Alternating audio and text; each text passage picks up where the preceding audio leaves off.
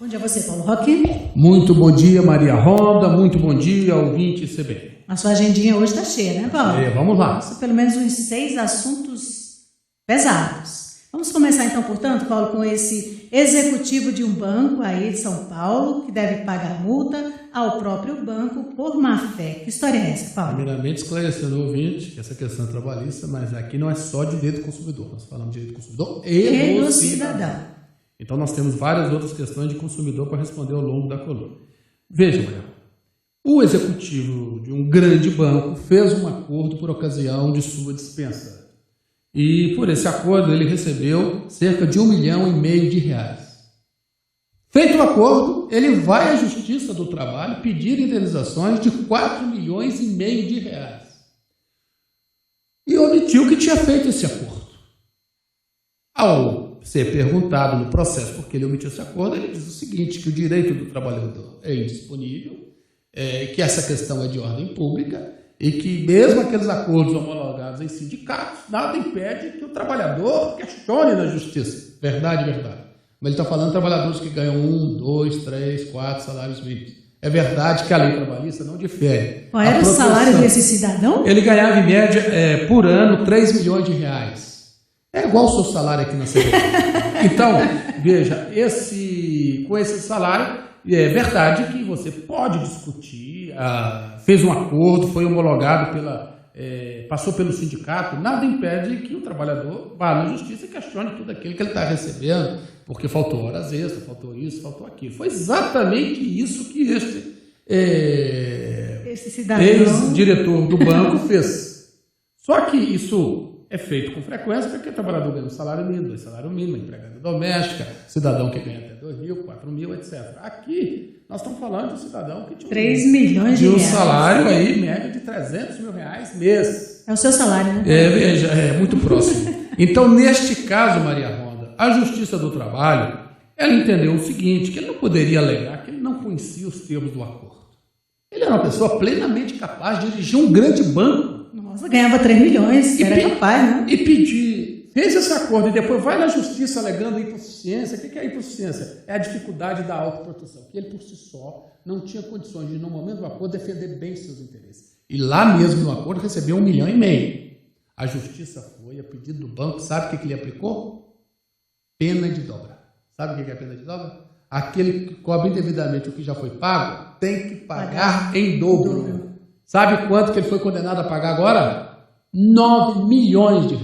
Quero dar os parabéns ao TRT de São Paulo por essa decisão corajosa, que diz o seguinte, nem todo mundo que procura a Justiça do Trabalho é coitadinho. Aliás, nós estamos falando, acho que o Rodrigo Maia falou assim, odeio o direito do trabalho. Acho que o Rodrigo Maia foi muito infeliz nessa frase. Agora, toda vez, eu tinha um professor em direito do trabalho que ele dizia o seguinte, ele dizia, toda vez que se quer proteger demais, se desprotege. Então, o excesso de decisões na Justiça do Trabalho, num afã de proteger o trabalhador, está retirando emprego. Isso é verdade, pura verdade. O mercado está aí e a resposta é essa. Agora, o seguinte, qual o sentido da proteção a uma pessoa que ganha um salário milionário e está lá disputando o espaço da Justiça do Trabalho com aquele cidadão que ganha 2, 3, 4 salários mínimos? Sentido nenhum para esse que ganha 2, 3, 4 salários mínimos, proteção total. Agora, e para esse que é um diretor de banco que demitiu, contratou, faz sentido uma proteção nesses termos e omitiu o acordo que ele tinha feito, como a maioria das outras situações. Então, a Justiça do Trabalho aqui fez muito bem e que essa decisão sirva de exemplo para o resto do país, para evitar que se use a Justiça do Trabalho de forma indevida, mais num pleito abusivo do direito que propriamente de um pleito do direito. Vamos passar agora para outro assunto também, aproveitando aí essa história do direito do trabalho, Paulo, como você avalia, à luz do direito do cidadão, essa história da terceirização? O trabalhador, como muitos estão dizendo aí, vão perder direitos? Veja o seguinte, todo aquele que é contratado, ele tem todos os direitos garantidos que está previsto lá na CLT. Então ele tem fundo de garantia por tempo de serviço? Tem fundo. Tem lá o direito às férias? Tem. O trabalhador seja terceirizado ou não, todos os direitos que um tem, o outro também tem que ter.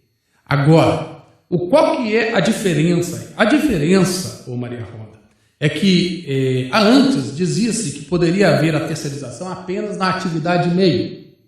Por exemplo, a CBN, a atividade fim dela é o serviço de radiojornalismo. Ela poderia terceirizar o serviço do copeiro, o serviço do garçom, da limpeza, que é a atividade meio. Mas não poderia, por exemplo, terceirizar o seu serviço. Não poderia pegar uma empresa, contratar uma empresa para dizer o seguinte: todos os meus locutores, todos os meus âncoras serão, a partir de agora, de uma empresa terceirizada. Porque isso é atividade fim. O que fez a decisão, o projeto de lei da Câmara dos Deputados? Diz, olha, é possível, não tem esse negócio mais de atividade meio, atividade fim. A terceirização pode em qualquer atividade. Qual o receio? O receio é que as empresas passem a contratar mais empresas terceirizadas para gerir sua mão de obra. Veja, vai ter setores que isso vai acontecer. Vai ter setores que isso não vai acontecer. Isso tudo em função de uma questão essencial: custo. O empresário ele não faz milagre, não tem empresa que faz milagre. Se ela não está dando lucro, ela tem que fechar a porta. Ela vai buscar o menor custo para ela vai buscar o menor custo para ela. Muitas vezes é possível que ela também perca alguma maleabilidade na administração dessa força de trabalho, perde. Mas isso não implica, por si só, perda de direitos consagrados pela CLT. Não se trata disso. O que se discute é que com a contratação de terceirizados, você vai ter gente na empresa que ganha 1.000, 3.000, e aquela mesma pessoa fazendo praticamente a mesma função na empresa, só por ser terceirizada, ela não vai ganhar 3.000, ela vai ganhar 2.000. Então é evidente que a empresa, se tem a possibilidade dela economizar, ela pode vir economizar. Agora o seguinte, isso ainda vai dar muito e muita discussão. Fala-se até numa ação de inconstitucionalidade junto ao Supremo Tribunal Federal, dizendo que não poderia ser admitida a chamada terceirização na atividade fim. Agora o seguinte, Maria Ronda, há pouco tempo eu fui numa loja aqui, estava lá uma dona do comércio, uma microempresa, ela dizia, todos os funcionários meus que saem aqui da loja vão para a justiça. E eu acho que eu já paguei isso todos direitinho, quando eu for ver, eu tenho sempre um valor a mais que a Justiça do Trabalho disse que eu tenho que pagar. E amanhã é uma decisão que eu não estava esperando e acaba tendo que indenizar. Exemplo, ela citou o exemplo da questão da proteção com relação à estabilidade da grávida. A grávida tem estabilidade? Você pode mandar alguém grávida embora? Não pode. Entretanto, é o seguinte, você manda a pessoa embora hoje, ela não tem nenhuma gravidez. Está lá, faz o exame judicial, não atesta nenhuma gravidez. Daí a pouco, então, quer dizer, não violou a regra. E essa era, assim, a jurisprudência da Justiça do Trabalho. Sabe qual é a jurisprudência hoje da Justiça do Trabalho? Sim. Diz o seguinte, você mandou, na época ela não tinha a gravidez, mas se for testado depois que ela aparece com a gravidez, que era anterior ao período da sua demissão, aí sim você tem que dar toda a estabilidade para ela. Nossa, fica complicado então. Então veja o seguinte, aí vem a questão daquele que vem trabalhar bêbado. Então vem a empresa e demite ele por justa causa. A Justiça do Trabalho diz hoje o seguinte, não, você não pode demitir, porque você tem que possibilitar um tratamento para ele, porque ele veio trabalhar bêbado. E aquele cidadão que está lá trabalhando corretamente, tenha esse cuidado de não ir trabalhar bêbado. Não, esse pode ser demitido por justa causa. Agora, aquele que chega bêbado ao trabalho, esse não pode ser demitido por justa causa. Veja o seguinte, tudo tem discussão na Justiça do Trabalho, mas são decisões que não estão na lei, na literalidade da lei, mas decorrem de uma interpretação dos tribunais, que acabaram criando situações que antes não eram admitidas. Ou seja, para uma empresa grande não há problema algum. Mas imagine uma empresa que tem 5 funcionários e amanhã essas 3 estão na justiça buscando a estabilidade por conta da gravidez. Isso inviabiliza essa pequena empresa. É verdade, é verdade. Eu acho que não dá para tratar a pequena empresa no âmbito do direito do trabalho, a microempresa, tal qual você trata a grande empresa. Porque isso significa o quê? Isso significa asfixiar a pequena e deixar mais forte ainda as maiores, as empresas grandes. Continuando. Paulo Roque, tem um assunto aqui muito curioso, né? Uma vasectomia deu errado e um caminhoneiro virou pai de gêmeos. Não, deu errado após o 4º ano. Ressalva aí, Maria. Ainda tem 4 anos, né? Funcionou perfeitamente. Pois, olha, depois... E agora, o que acontece com esse caminhoneiro à luz da defesa do cidadão e do consumidor? Aqui é consumidor. Principalmente do consumidor. Aqui é consumidor. Veja, inclusive, porque essa cirurgia, neste caso, ele pagou por fazer a cirurgia, a vasectomia, e daí ele amanhã aparece com filhos gêmeos. A família passou por um constrangimento enorme. Ele pediu que a mulher fizesse um exame de DNA para ver se os filhos eram dele. Ele estava vasectomizado. Fez o exame de DNA e constatou que os filhos eram realmente deles. Como pode isso se a pessoa é vasectomizada? Então, daí a ciência médica explica que é possível que haja uma religação dos canais, né, e dali essa recanalização ela seria uma reação normal do organismo, tem em um número baixíssimo de casos isso acontece. Então todo efeito que seria o corte do canal, o bloqueio do canal, que é a cirurgia da vasectomia, ela faz exatamente, ela bloqueia o canal onde veicula ali o esperma. Então com o corte, né, com o bloqueio desse canal, então não haveria possibilidade. Mas a ciência médica, a literatura médica explica que em algumas situações pode haver a recanalização espontânea, sem que tenha havido um defeito na cirurgia. A questão é saber o seguinte, eles lhe explicaram isso. Isso foi explicado a ele quando ele foi ter um termo de consentimento informado. Toda pessoa de fazer uma cirurgia tem que assinar um termo de consentimento informado.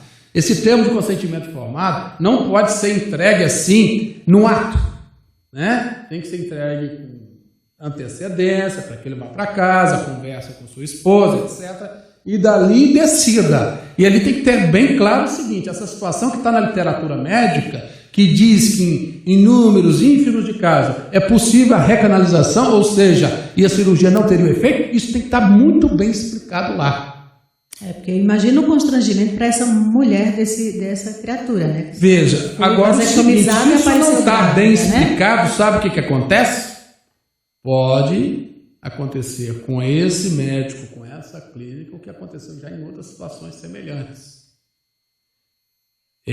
O médico ou a clínica que não deu a informação adequada ser obrigado a custear todos os custos de alimentação e educação dos novos filhos. Então ela pode ser indenizada, até eles adquirirem a maioridade. Se está informado e ela assumiu o risco, não. Mas se não está informado, a chance de uma ação indenizatória é muito grande, como já há, inclusive, precedentes no tribunal. A questão essencial passa pela informação. Paulo Roque, na sua avaliação anterior, tem um ouvinte aqui querendo saber sobre esse teste de gravidez. Então, as empresas, quando você falou do teste de gravidez para as mulheres, né? Ele pergunta o seguinte, se as empresas podem pedir exames e teste de gravidez antes de demitir uma funcionária? Não, não pode. Não pode, né? Nesse caso, não. Aí Quando contratar, não. No momento que antes, ele está perguntando antes de demitir. Não. Antes de demitir, evidentemente, até para que não demita. Até porque se ela estiver grávida... Ele não pode demitir, lógico. Ela tem estabilidade. No momento que está demitindo, sim, mas antes não. Paulo Roque, que história é essa de que a Câmara dos Deputados gastam R$330 mil mensais só de Correios, Paulo Roque? São as chamadas verbas indenizatórias, Maria Rona. Você não tem uma verba indenizatória aqui no seu gabinete, não? Vou te cobrar, viu? O Bruto não tem? Veja o seguinte, a classe política parece que não quer aprender. O que é essa verba indenizatória? Essa verba indenizatória, inclusive já tem até projeto de lei no Congresso acabando com essas verbas indenizatórias, que é assinada por um parlamentar aqui de Brasília, que é o senador Recuff. Essas verbas indenizatórias, não é nada mais, nada menos que um dinheiro do contribuinte dado ao parlamentar para ele cuidar da sua reeleição. A verdade pura e simples é essa. Ele está mandando correspondência para quem? Ele está mandando correspondência para a sua base eleitoral. Ele está tentando fidelizar o seu eleitor. É legítimo que ele faça isso, mas não às custas do dinheiro do contribuinte. Por ano, R$4 milhões, né? Em média, R$300 mil por mês. Numa época que falta dinheiro para saúde, falta dinheiro para estrada, falta dinheiro para educação, para pagar salários em dia. O nosso parlamento gasta muito e gasta sem limite. A mulher de César não basta ser honesta, tem que parecer honesta. O mandato é republicano. Tem que exercer o mandato com austeridade. Esse dinheiro é do contribuinte. Num país que tem problemas sérios a resolver. O deputado devia botar a mão na consciência antes de gastar um dinheiro desse. E aqui não é só lá, veja que a Câmara Legislativa, a farra que é a chamada verba indenizatória, ainda tem a verba de combustível. E aí tem o auxílio paletó, tem auxílio isso, auxílio aquilo. Veja, e você sabe qual que é o triste disso tudo? Que a verba indenizatória que sempre existiu no Executivo, ela agora vai ganhando outros poderes. Ela está migrando. O Brasil, que é ruim, em vez de acabar, aumenta. Ela foi agora para o Poder Judiciário, que tem auxílio moradia, lá no Rio de Janeiro tem auxílio escola, tudo verba indenizatória. Ou seja, tem que ser o salário. Qual que é o salário que eu receber? X? Eu vou viver como um cidadão comum, eu vou usar daquele meu salário. Para que ter carro? Por que o parlamentar tem que ter carro? O cidadão comum não vai para o seu trabalho, não, seu presidente da Câmara, você é o presidente do Senado, é o presidente do Poder, é diretor, faz parte da mesa diretora, é diferente, mas não. Por que ele precisa de carro? Isso é um privilégio. Se tivesse dinheiro sobrando, bem, mas não está sobrando. Gente, a classe política tem que entender que essa população ela não está desgastada, não é porque a população está com raiva à toa, não. Tem os seus motivos. E o melhor é dar o exemplo, e nesse momento de crise, olha que belo exemplo daria se cortasse essa verba indenizatória. Quanta economia não teria? Mas com isso não vai fazer tanta coisa. Olha, vai fazer muita coisa, mas a questão não é o quanto se vai fazer. É a questão, o símbolo. Que é muito importante. A simbologia aí, dizia ele é parlamentar e está abrindo mão disso. Paulo Roque, tem participações de ouvintes aqui, eu vou registrar até em atenção a eles. Tem um ouvinte aqui lá que está dizendo que a Vara do Trabalho lá em Taguatinga condenou que ele pagasse em dobro as férias de um funcionário que, mesmo comprovando que o gozou bem como crédito referente às expectativas férias, foi creditado em sua conta só porque ele não havia assinado o aviso. Isso é justo, Paulo Roque? Veja, não tem mais elementos para tratar o caso. Quer dizer, se é uma verba incontroversa, você deve aquilo e você não faz prova que pagou isso ao funcionário, o que a Justiça do Trabalho diz, você tem que pagar em dobro. Então, isso também não é só a Justiça do Trabalho, não. Isso está também na Justiça, no direito comum, nas varas cíveis. Toda vez aqui que cobra uma dívida que já foi paga, que é incontroversa, que já foi paga, ele vai ter que pagar em dobro. Então, não sei, pela situação narrada aí, o juiz aplicou isso. Agora, se o juiz aplicou sem os motivos, recorra. O outro ouvinte aqui pergunta para você, Paulo, por que a Justiça do Trabalho não protege o trabalhador dos custos cobrados pelos advogados, que muitas vezes levam 50%, 60% ou mais por cento do valor ganho na Justiça? A média que os advogados cobram, eu não advogo na área trabalhista, mas pelo que eu sei, é uma média de 20%, 25%. E veja o seguinte, aquele que vai à Justiça do Trabalho, você faz um contrato chamado contrato aleatório. Quer dizer, o advogado pode cuidar de uma causa durante 6, 7 anos, 10 anos, e se ele perder, ele não recebe um centavo. Ele aposta no risco junto com o trabalhador. Então, é natural que ele tenha um valor maior de honorários pelo seu trabalho, porque ele pode trabalhar e não receber. Então, está vinculado ao sucesso da causa. Mas isso de participação de 60%, me parece que essa história isso não existe, não. Em um minutinho, Paulo, em 30 segundos, não dá mais tempo, Breta? A nossa ouvinte aqui que pergunta sobre se é possível receber uma dívida, eu vou passar para o Paulo Roque e na próxima participação do Paulo Roque ele responde, ok?